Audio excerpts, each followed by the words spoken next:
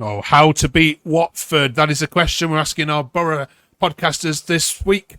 Watford lost to Boro twice last season in the league, so this should be a foregone conclusion. But this is a different Watford side. We've got Rich and Will to review the Stoke game with us and predict what's going to happen this week as Middlesbrough and Watford clash heads again. Welcome to the quickest and most comprehensive review of all things Boro on the internet. This is where the Boro walk. Drop us a subscribe, drop us a like, and we'll roll the titles.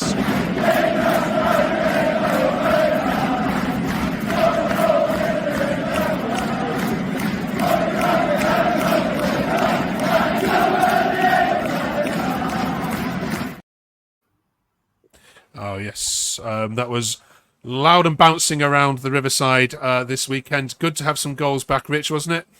Yeah, very good. Very good. Thought we played well. Not perfect. Still a few bits to work on, but played very well, I thought. All right. We're going to get into the Stoke game in a second and just ask, well, Carrick still playing the same way, but it actually worked this time. But we're also going to bring in our Watford fan, Luke, and have a chat to him about this upcoming game. Good evening, Luke. How are you? Yeah, good, thank you. How are you? Yeah, are you looking forward to this one? Yeah, I'm really looking forward to it. You know, I really fancy our chances at home at the moment. And if you said I'd be saying this at the start of the season, I would not fancy my chances at all against Middlesbrough. But we look a really different side, a lot more stronger than we did at the start, definitely. Okay. We'll have a look at that in a second. Before we get to that one, let me ask you, all of you, we're looking for players that have played for both Watford and Middlesbrough. So drop us some comments below if you can work out who they all are, DG, AG and AF, and we'll get our Boro boys to comment on that towards the end of the video then. Welcome, Will, to Where the Boro Walk. Thank you for coming on and joining us. What's impressed you most about the Boro in recent weeks? I think the main thing in recent weeks and the season in general has been how well we've defended. I think in sort of the last season or two, we've leaked goals quite a bit. I think Matt Clark coming in has been, really impressive. And having Luke Ayling back there too sort of adds a bit of leadership. It's just solidified, really. This weekend sees, of course, Cleverly go up against Carrick. Rich, they'll know each other very well and each other's styles given their time together at United. Both could be potential United managers by the end of the week, given that what's going on there. What have you made of Watford yourself this season? You won't pay too much attention to their results, but I'm sure you're happy to see the last one when they beat Sunderland. Yeah, a bit of a surprise package, to be honest. I'm glad that they gave Cleverly a shot. Seems to be very similar to Carrick, very cool and composed, very not too high, not too low. But he seems to be getting a tune out of them, which no previous managers have seen to, which is always a sign of a good coach, in my opinion, where he's got players that have underperformed and now performing for him. And yeah, credit to him, to be honest. Okay. Luke, who do the Boro faithful need to watch out for then on your side? Who's playing well? Well, we were just having this conversation about our super sub that we have came across the last couple games, which is Quaidro Bar.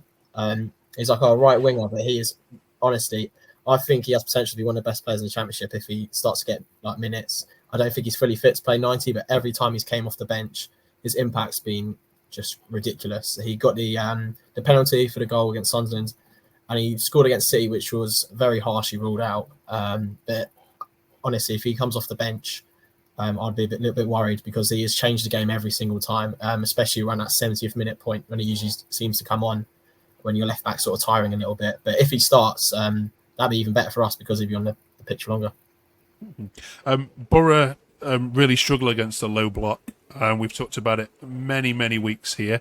Is he likely to use a low block, Luke, in this game, or is he likely to play as the home side?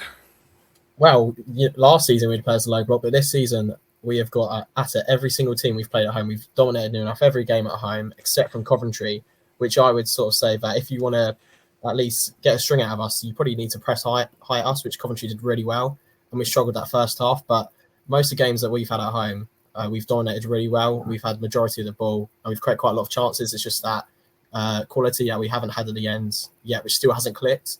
But in terms of controlling games, we have been really on the front foot, similar to how you guys have been at home. And it'd be interesting to see what a side like you will do, similar to Coventry, if you get at us. Because, if I was setting up against Watford, I would really press high and cause us under a lot of stress the first 5 minutes. Because before the other day, we also conceded 4 games in a row in the first 5 minutes. So it was like a big cheer at Watford when we sort of got past that 5 minutes. But yeah, we seem to dominate games at home at the moment. We look really, really confident, most home fans at the moment, at the Vic. All right, let's get some score predictions before we let you go then, Luke. Will, take it for the Boro, please. I think with McGree back and Ben Doak looking like he's going to be sort of a problem for opposition defences, I think my head says 2-2, but my heart says 2-1. Luke? I think we'll just about scrape it. I think it will be 2-1 us, and I think we'll go 2-0 up at half time. You guys will get a goal back early second half, and then we'll fix it. But I think we'll just have the edge, just based on our form. All right. Thank you very much, Luke. We're definitely looking forward to this one. This is going to be a tactical battle for sure. Hopefully it's not 0-0. Cheers for joining us. We'll catch you on the other side. Really appreciate that. Cheers, Thank guys. you very much. Before we have a look at the Stoke game, I just want to show you the team that beat Watford last time they went to Vicarage Road, which was 2022. Here it is.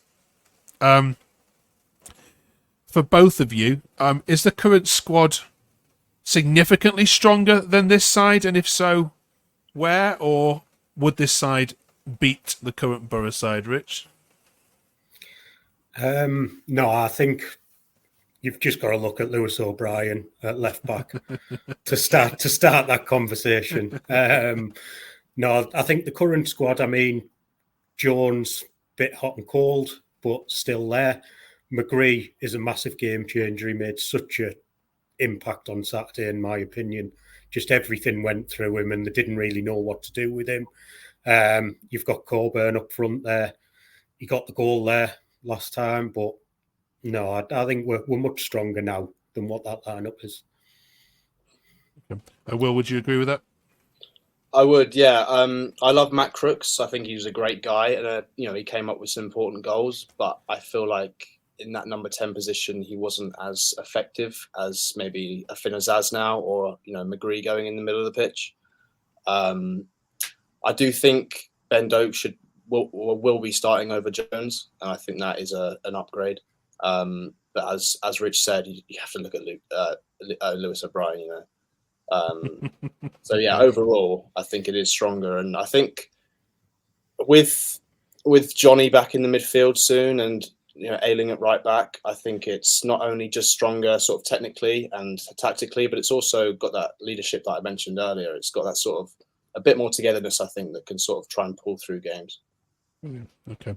All right, then.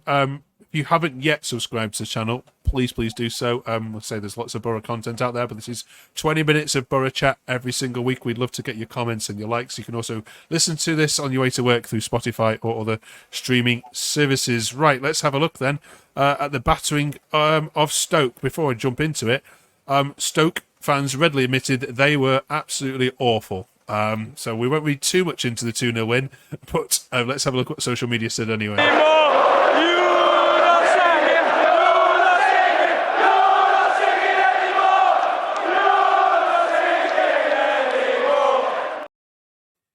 Robert Lyons says it was a good win, but Azaz wasn't at a level I want from him. Jones and Bergzog didn't offer much when they joined the party. Doak was very sharp and threatening. I'd like to see McGree as the 10, with Doak and Hamilton either side, but swapping sides throughout. Will, there's lots to unpack there. Let's deal with the Azaz thing first of all, because this is a common theme that comes up again and again from other comments, which we'll see. Our Plymouth fans actually were talking earlier about how they're missing Finazaz. Would you send him back? It's obvious he makes lots of chances and he gets Boro's XG and that kind of stuff up. He's yet to hit the back of the net this season. He's supposed to be just playing off the number 9. I think he does need to add a couple of goals to his game. I also think he sometimes takes too many touches in and around the box, when sometimes he just needs to, let fly, just like Hackney did at the weekend. But no, I wouldn't send him back. I think he's a good player, but I think he still needs to, show a little bit more. Okay. Yeah, great goal by Hackney as well. We should absolutely acknowledge that. Great when it's one of your own as well. What about this McGree as the 10, Rich, with Doak and Hamilton on either side? You having that? No, I think he's better as a roamer, as I like to call him. But I just want Azaz to do well so much. Like, you can see there's something there. I've said it on here many a time, but he has gone a bit missing at the start of this. But Riley made everything tick on Saturday, and I've had a read through his touch map and stuff today, and it's just, when you just look at the positions he's picking up, and he's right, he's left, he's central, he's just so good. But I think he's better in that role. I think sticking him just in a number 10 probably wouldn't work, because he'd naturally drift out onto the wings anyway. But I'm hoping that him coming back in will give Azaz that little bit more freedom as well, because it's someone else for opposition defences to sort of think about, and it might give Azaz the yard he needs just to make an impact. Okay, Ty says, great performance, our most complete of the season. Shame about Clark and Conway, but McGree was the game changer for us, which you've already also commented on. Tommy says, solid performance, Doak as a player, and as McGree when fit. Hackney, great performance. Unsure about Azaz. Stoke was Stoke. Bad and desperate. And then Dave Light says, having Azaz in a 10, where he should be, and McGree out left, where he's been effective, isn't a surprise we won. Doak was awesome. Miles ahead of Jones. Regardless of Conway's injury, Azaz has to start behind the striker. End of. Will, do you disagree with anything from that tweet? Yeah, I think it's unfair to say already that Doak's miles ahead of Jones. He's coming. He's had one start. Jones, he does get, or this season at least, he has been criticised for not performing at where he has been, sort of that level. I'm not sure what it is. I think he's a confidence player, but then a professional football, can you really give that excuse? And then with the Azaz has to start over Conway. I'm not sure. I've liked what I've seen from Conway. He's definitely got something about him. Whether he is actually a number 10, I'm not so sure. But maybe we need to have a look at what the side looks like without Azaz. All right. We'll leave the Stoke game there. Any final thoughts, Rich? Anything we haven't discussed on your reflections on that game? I just wanted to shout out Hackney, really, because he had a dreadful game against Sunderland, probably one of the worst I've watched. But I felt he controlled that midfield at times, and they tried doubling up on him early in the first half, and then realised it was just leaving massive space for everybody else. But I just wanted to give him a shout out. And then he got the goal, but it's what we want to see from him. That goal epitomised what I'd like to see more of, just him driving at defenders and getting his shot away, because that's one of his strongest traits for me. Right, okay. Defensive midfielders then is our next stop on our trawl through Borough's squad. We do this weekly. We've done the whole of the back line. Let's have a look at defensive midfielders. I know some are missing from here. This is what Transfer Market labels as a defensive midfielder. Will, in terms of when you need to play a pair, who's the best pair of DMs for you at Borough at the moment? It would be tough not to say Hackney and Morris as they're playing now. Obviously, Howson's been injured, but he's just captain fantastic, isn't he? He's just that guy, and I do believe we're a better team when he's in it, sort of driving the team on. Legs are going a little bit, but he still does offer a big part to play, I think. But if I had to make a decision, it probably would be Aidan Morris and Hackney together. Rich? I can't disagree. I do think we've missed Johnny Howson, but I think Morris and Hackney are only going to get better. And I think disruption to that partnership might disrupt the team also. But yeah, I mean, Johnny's Johnny. He wears his heart on his sleeve.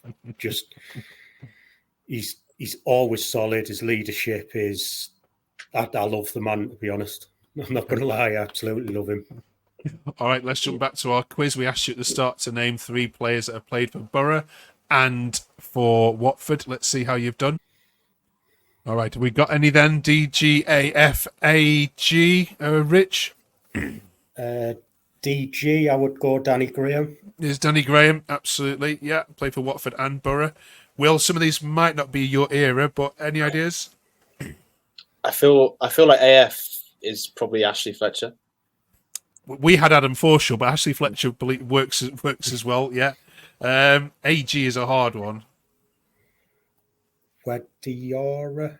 That's right. Is Yeah, that him? yeah. Adeline. Yeah, absolutely. He was a loan speller at Middlesbrough in 2017. Amazing. Well done. Well done if you got those 3 at home as well. All right, then. Last question for you both. We're now into October, so we want very quickly 1 name, 1 reason for your September Player of the Month. Will, as the new boy on the block, you can kick us off. I think I'm gonna have to go with Matt Clark. He's scoring with his head. He's a couple clean sheets. He's been. I think without him, we probably would have massively struggled this month. Okay. Rich, who's your Player of the Month for September? Since Clark he's took, I'll say Aidan Morris. Think he's been superb coming from the MLS, brand new league, brand new style of football. I think he's been awesome, to be honest. Amazing. Great. Thank you very much, both of you. Lots to review next week. We'll talk about West Brom game. We'll also unpack the Watford game with you as well. And also we've got another international break coming ahead as well. So we'll talk more about the whole of the midfield next week. Thank you very much, Will. Thank Great you. debut. Thank Cheers. you, Rich. And we'll check you Cheers. all next week. Have a great week, everybody. All the Double best. header. Thank you. 6 points for the Borough. See you.